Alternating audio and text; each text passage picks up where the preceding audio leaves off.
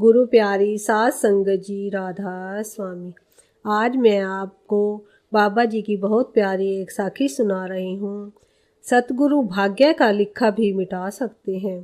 साखी है, एक बार एक लड़का था। उसकी नई नई शादी हुई थी। वह सत्संगी परिवार था। उसके मम्मी पापा और पत्नी कहीं शादी में गए थे। उसकी तबीयत ठीक नहीं थी, जिसके कारण वह शादी में नहीं गया था। लड़का और उसकी बहन घर पर थे। लड़का अपने कमरे में चला गया और बहन बैठकर टीवी देखने लगी। थोड़ी देर के बाद भाई के कमरे से आवाज़ें आने लगी।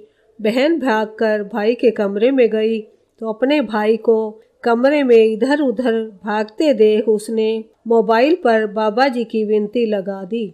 जब तक विनती चलती रही तो वह आराम से शांत बैठा रहा। विनती खत्म होने के बाद वह फिर इधर उधर भागने लगा। लड़की घबरा गई और उसने जल्दी से अपने माता पिता को फ़ोन किया और बताया कि भाई की तबीयत बहुत खराब हो गई है, आप जल्दी से वापस आ जाइए। जब वह घर आए तो उन्होंने देखा कि लड़के की सांस थोड़ी थोड़ी चल रही है। वह जल्दी से उसे डॉक्टर के पास अस्पताल ले गए तो डॉक्टर ने कहा कि इसमें कुछ नहीं है, इसे आप घर ले जाएं।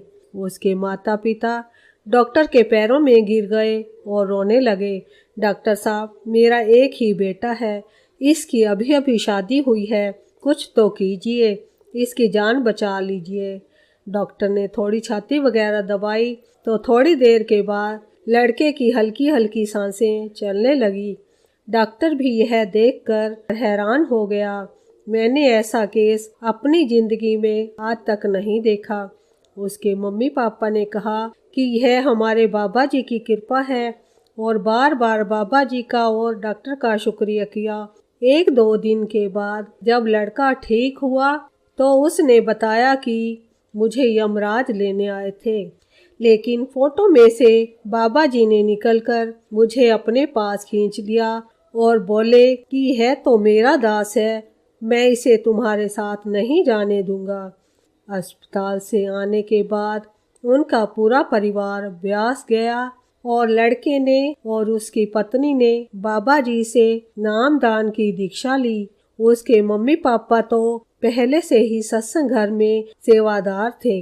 बाबा जी की दया से अब है लड़का बिल्कुल ठीक है और उसके दो बेटे भी हैं।